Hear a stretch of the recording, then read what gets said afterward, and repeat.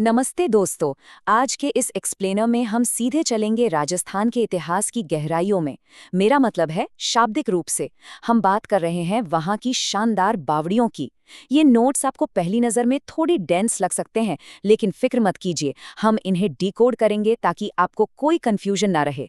तो चलिए बिना किसी देरी के शुरू करते हैं। अब आगे बढ़ने से पहले ये रहा हमारा आज का छोटा सा रोड मैप।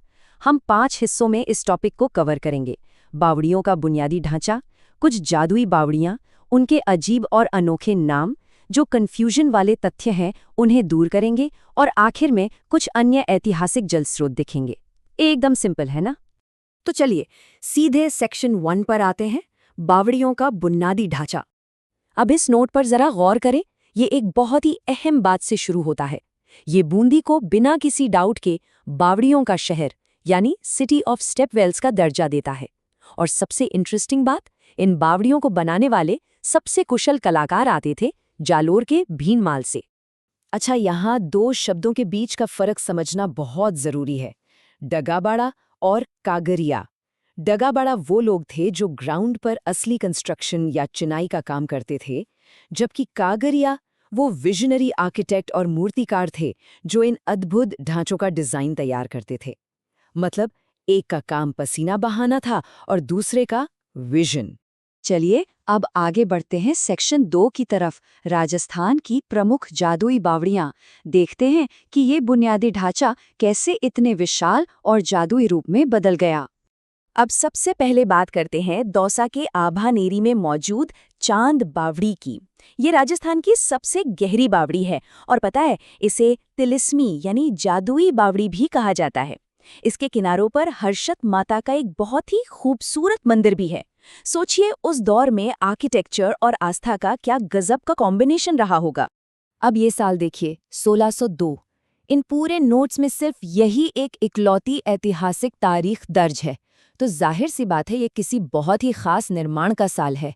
और वो निर्माण था डूंगरपुर की नौलखा बावड़ी का। ये 1602 का साल उसी से जुड़ा है। ये बावड़ी शाही संरक्षण का एक बेहतरीन उदाहरण है।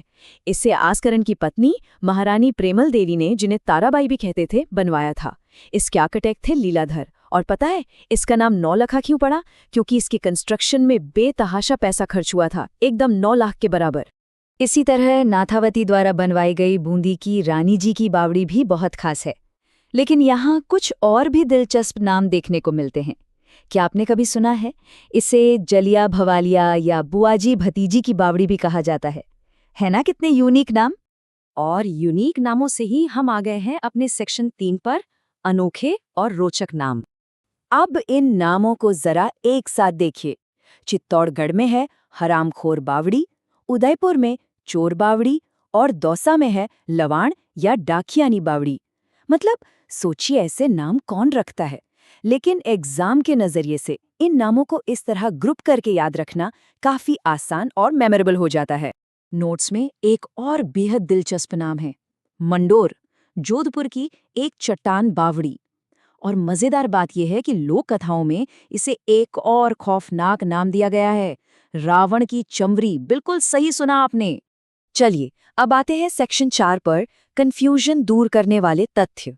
क्योंकि जब एक ही नाम के कई स्ट्रक्चर हों तो गलतियां होना तय है। जैसे कि सबसे आम कंफ्यूजन चांद बावड़ी का ही ले लीजिए। एक तरफ है दौसा की वो तिलिस्मी और सबसे गहरी चांद बावड़ी, जिसके बारे में हमने अभी बात की, और दूसरी तरफ है जोधपुर की चांद बावड़ी, जिसे राव जोधा की पत्नी चांद कंवर ने बनवाया था, जिसे चौहान बावड़ी भी कहते हैं।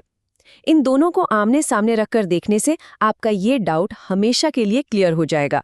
बिल्कुल ऐसा ही एक और ट्रिकी नाम है। बूंदी में है दूधा बावड़ी या दूधा महल, जबकि दूध बावड़ी है माउंट आबू सिरोही में। बस एक मात्रा का फर्क है, लेकिन एग्जाम में ये एक छोटा सा अंतर बहुत बड़ी भौगोलिक गलती करवा सकता है। अब जरा पन्ना नाम वाले इन जलस्रोतों पर गौर कीजिए।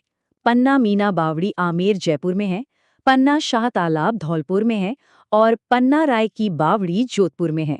नाम सब में पन्ना है, लेकिन इनकी लोकेशन पूरी तरह से अलग अलग जिलों में है। इनको एक साथ याद रखेंगे तो कभी नहीं भूलेंगे। और एक और जरूरी बात, हाड़ी रानी के नाम पर भी अक्सर कंफ्यूजन होता है।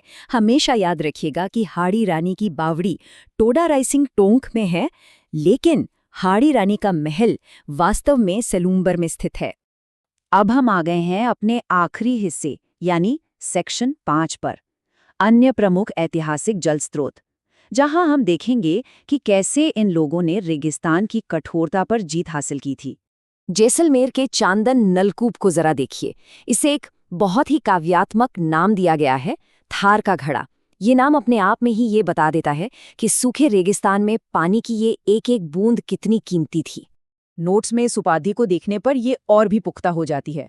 और हाँ, इसी पन्ने पर आप रामदेवरा जैसलमेर की प्रसिद्ध पर्चा बावड़ी जैसी कुछ और अहम एंट्रीज भी देख सकते हैं। वास्तुकला का एक और शानदार नमूना है बाड़मेर का बाटाडू कुआं। इसका निर्माण गुलाब सिंह ने करवाया था और इसका आर्किटेक्चर इतना कमाल का है कि इसे रेगिस्तान का जल महल कहा जाता है। मतलब रेगिस्तान के बीचों बीच एक महल जैसा कुआं, क्या बात है। अब इस लिस्ट को देखिए। चित्तौड़गढ़ में बावड़ियों का एक पूरा का पूरा क्लस्टर मौजूद है। गोमुख, सूर्यमुख, खातण और घी तेल बावड़ी। इससे साफ पता चलता है कि उस समय वाटर मैनेजमेंट सिर्फ एक मजबूरी नहीं थी, बल्कि उनकी अर्बन प्लानिंग का एक बहुत ही गहरा और जरूरी हिस्सा था। तो अगर हम इस पूरे एक्सप्लेनर का निचोड़ निकालें, तो इन संरचनाओं में इंजीनियरिंग और कलात्मकता का जो संगम है, वो आज भी हमें हैरान करता है। और ये एक बहुत बड़ा सवाल भी खड़ा करता है, क्या हमारी आज की मॉडर्न वास्तुकला रेगिस्तान के इन प्राचीन थार के घड़ों से कुछ सीख सकती है? हमारी इतनी एडवांस टेक्नोलॉजी होने के बावजूद शायद बहुत कुछ ऐसा है जो प्राचीन भारत की इस जादुई वाटर इंजीनियरिंग से हमें दोबारा सीखने की जरूरत है। आप लोग इस बारे में क्या सोचते हैं? चलिए, इसी सवाल के साथ आज का ये एक्सप्लेनर यहीं खत्म करते हैं।